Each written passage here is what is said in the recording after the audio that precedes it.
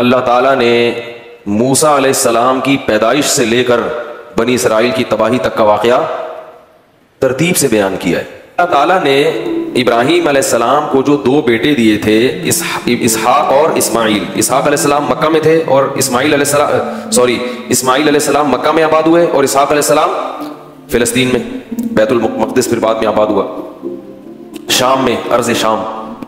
تو آگے پھر اسحاق علیہ السلام کی اولاد میں پیغمبر پیدا ہوئے ہیں، اسماعیل علیہ السلام، یعقوب علیہ السلام جن کا نام تھا اسرائیل لقب۔ پھر ان کے بیٹے تھے یوسف علیہ السلام جو مصر میں تھے، واقعہ بتائیں، مصر چلے گئے تھے، بادشاہ بن گئے تھے۔ پھر آگے مصر میں ہوتے ہوتے ہوتے ہوتے بنی اسرائیل پر فرعون غالب آ گیا۔ مصر کے بادشاہ کو فرعون کہا جاتا تھا، جو بھی ہوتا تھا بادشاہ، اس لیے بہت سارے فرعون گزرے ہیں، لیکن قرآن نے جس کا واقعہ بیان کیا یہ وہ فرعون تھا جو بنی اسرائیل کو جس نے غلام بنا لیا تھا اور بہت طاقتور بادشاہ تھا۔ یہ چونکہ یہ واقعہ جب تک پیغمبروں کا پورا سلسلہ معلوم نہیں ہوگا نا تو بات سمجھ میں نہیں آئی۔ تو بنی اسرائیل کو پھر فرعون سے نجات ملی، صحیح ہے۔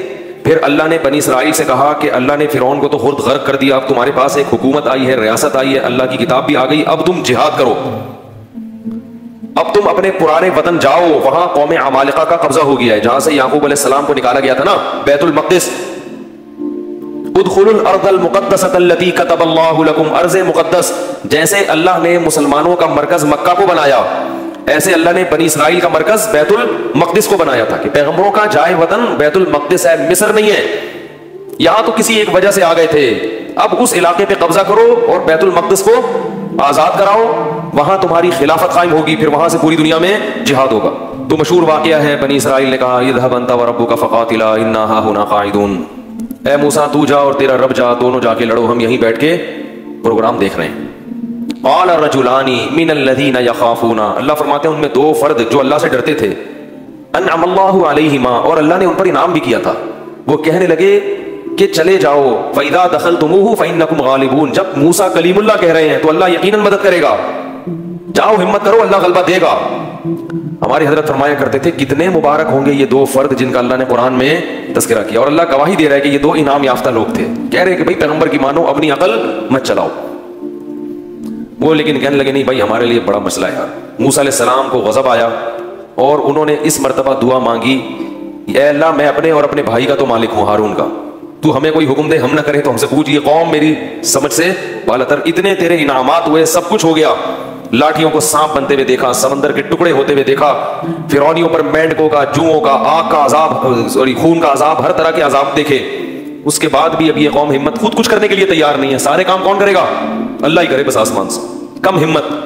تو ففرق بینی و بین القوم الفاسقین، میرے اور اس فاسق قوم کے درمیان اب جدائی ڈال دے، میں نہیں رہ سکتا ان کے ساتھ۔ بہرحال کچھ عرصہ موسیٰ علیہ السلام رہے، وادی تیہ میں ان کو اس قوم کے ساتھ، اللہ نے کہا کہ اب یہ 40 سال تک یہ علاقہ فتح نہیں ہوگا، 40 سال تک نا یہ میدان میں گھومتے رہیں گے بس۔ تو وہیں موسیٰ علیہ السلام کا پھر انتقال ہو گیا اور آپ دنیا سے چلے گئے۔ پھر موسیٰ علیہ السلام کے بعد پھر دوسرے پیغمبر آئے اور ان پیغمبر نے بنی اسرائیل کو پھر حکم دیا۔ بنی اسرائیل خود کہنے لگے کہ ہمیں آپ جہاد کا حکم کیوں نہیں دیتے ہیں بھائی، ہم بھی کچھ علاقہ فتح کریں ٹھیک ہے، اور ہمیں ہمارے گھروں سے نکالا گیا اور ظلم کیا گیا۔ الم تر الی الملأ من بنی اسرائیل من بعد موسیٰ، اللہ فرماتے ہیں موسیٰ کے بعد بنی اسرائیل کی ایک جماعت تھی، کیا تم نے ان کو دیکھا؟ تو اس وقت کے نبی نے ان سے کہا کہ تم سے امید یہ ہے کہ جب تم پر جہاد فرض ہوگا تو تم لڑو گے نہیں، خالی پیلی کی باتیں پھینک رہے ہو۔ بہت سے لوگ باتوں میں بڑے فنٹر ہوتے ہیں نا، جب کام آئے تو اس لیے اللہ سے عافیت ہی مانگنی چاہیے بھائی۔ تو انہوں نے کہا نہیں ہم لڑیں گے۔ تو پھر جب ان پر جہاد فرض ہو گیا، نبی نے، اللہ نے ایک انہی میں سے کسی ایک کو کمانڈر بنایا جس کا نام تھا طالوت۔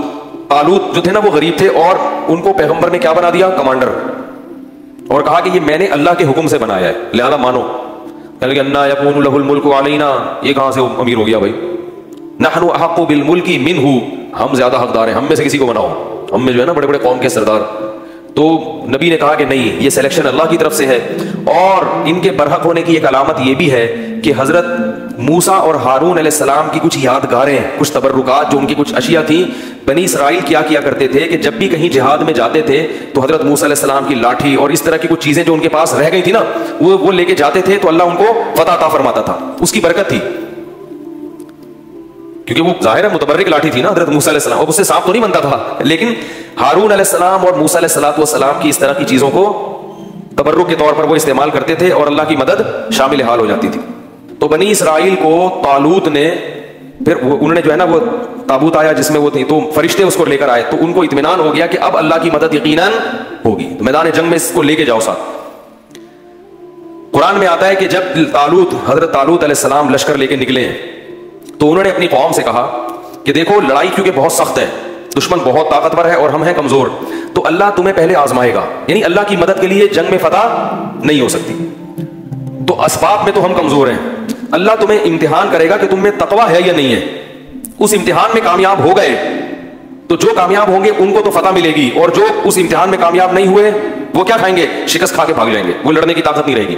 اور وہ امتحان یہ ہے کہ تمہیں پیاس لگے گی مگر نہر میں سے کسی نے پانی بولو بھائی نہیں پینا، پیاس لگے گی، یہ پیاس بعد میں ختم ہو جائے گی، مگر اس وقت اللہ نے امتحان لیا ہے کہ ایک آدھ چلو پینے کی اجازت ہے، پیٹ بھر کے پانی پینے کی اجازت نہیں ہے.